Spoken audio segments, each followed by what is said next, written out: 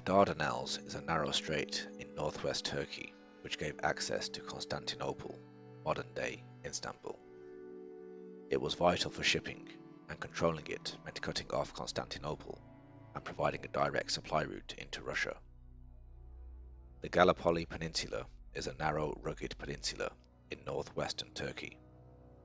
The long, steep cliffs, deep gullies, and hills made an amphibious assault extremely difficult. It naturally favoured defenders.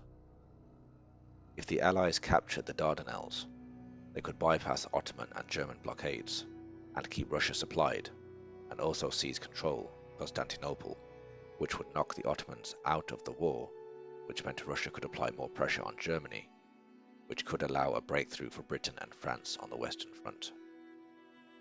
The Ottomans already suffered a huge defeat in the Battle of Sarıkamış and were on the back foot. And so the Gallipoli Campaign began with a naval assault in February 1915, as Allied warships tried to force their way through the Dardanelles. However, they were stopped by Ottoman shore guns and devastating sea-based minefields, sinking many battleships. The Allies had realized that it would not be possible to seize the strait by ships alone. British, French, and troops from Australia and New Zealand, known as Anzacs, launched amphibious landings on the Gallipoli Peninsula on the 25th of April 1915, storming beaches like Cape Helles and the Anzac Cove. They expected a quick victory, but were met with fierce resistance from Ottoman forces led by Mustafa Kemal. Just like on the Western Front, both sides began digging trenches into the rugged cliffs and gullies of Gallipoli. Disease, heat, poor sanitation, and flies made life hell for both sides.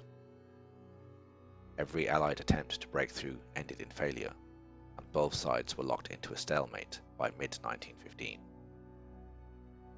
By late 1915, the Allies decided to withdraw their forces, since they needed to reinforce the Western Front against Germany, and progress here was too slow. Both sides lost roughly 250,000 soldiers. This was a stunning victory for the Ottomans, making their military commander, Mustafa Kemal, a national hero, setting him on the path to founding modern-day Turkey. For Australia and New Zealand, Gallipoli became a defining national memory.